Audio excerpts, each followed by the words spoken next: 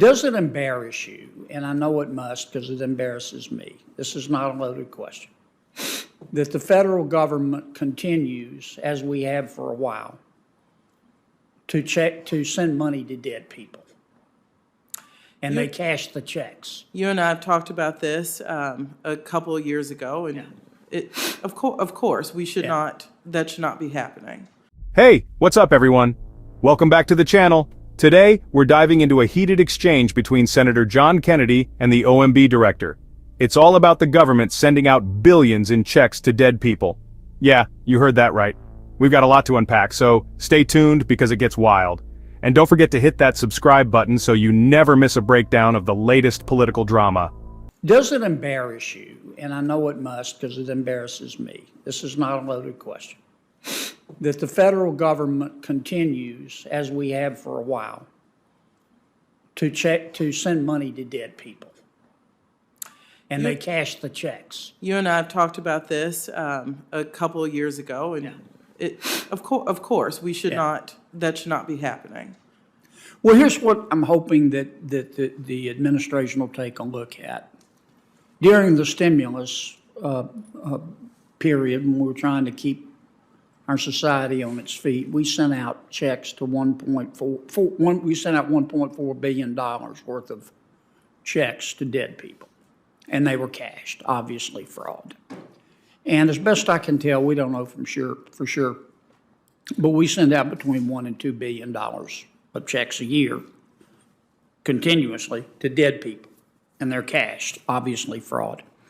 We passed a bill that said Social Security, which gets the information about who's alive and who's dead from the states, has got to talk to the Department of Treasury to make sure that its do not pay list includes people who are dead.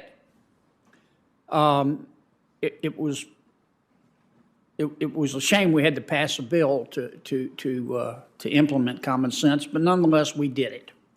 But in order to get the bill passed, I had to make some compromises. I can't imagine anybody would be against it.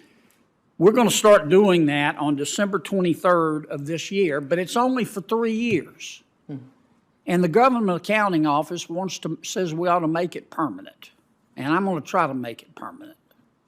And I really wish, I'm not going to ask you today because I know you have to talk to the president, but if you could talk to the president and try to get a commitment to let's pass. I will. One of the things that was shocking to me is Treasury in the last administration and this list from Social Security had to develop an MOU to even share this database, and you would think it would be easy to do that. So I support you. I'd also ask you to work with us. We have a fraud proposal in the budget that make sure IGs have what they need.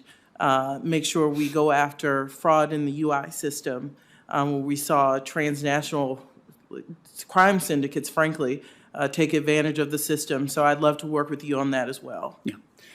Another area I'm hoping the administration will look at, we're spending a lot of money to send pharmaceutical drugs to certain hospitals at really, really low prices. The idea being, of course, that those hospitals will pass that savings on to people who are less fortunate economically than you and me. Mm-hmm. There's just one problem. There's no requirement that the hospitals do that. And some of those hospitals, I think it's called the 340B program. Some of those hospitals are going, thank you very much, federal government, for giving me these cheap drugs, and they're turning around because dollars are fungible and basically selling those drugs for a profit to paying patients. And we're spending billions on this. It makes no sense, Madam Secretary. I really wish y'all would take a look at that. Happy to. We just had a long discussion about healthcare costs, and I'm happy to work with you in your office on this and bring in HHS and CMS to the conversation. Okay.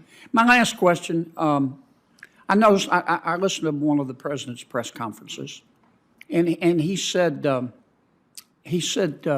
you know, nobody, no middle income people are going to have to pay any of this $4.7 trillion worth of new taxes.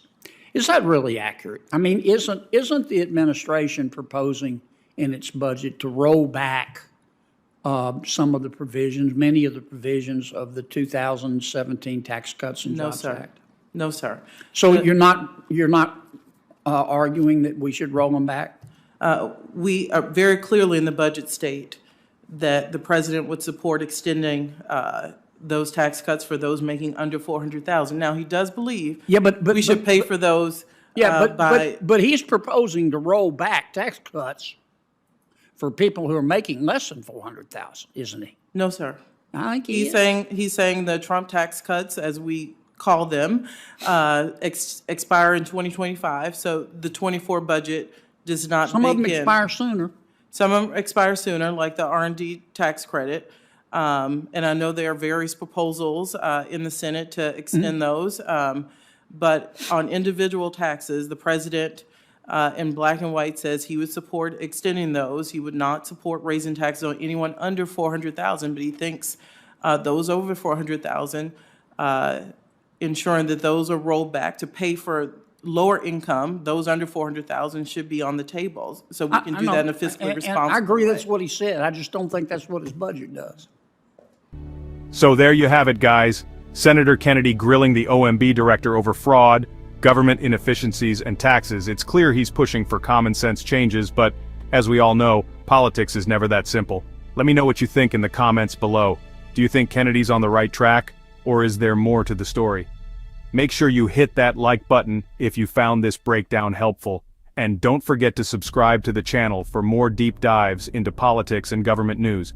Thanks for watching, and I'll catch you in the next one.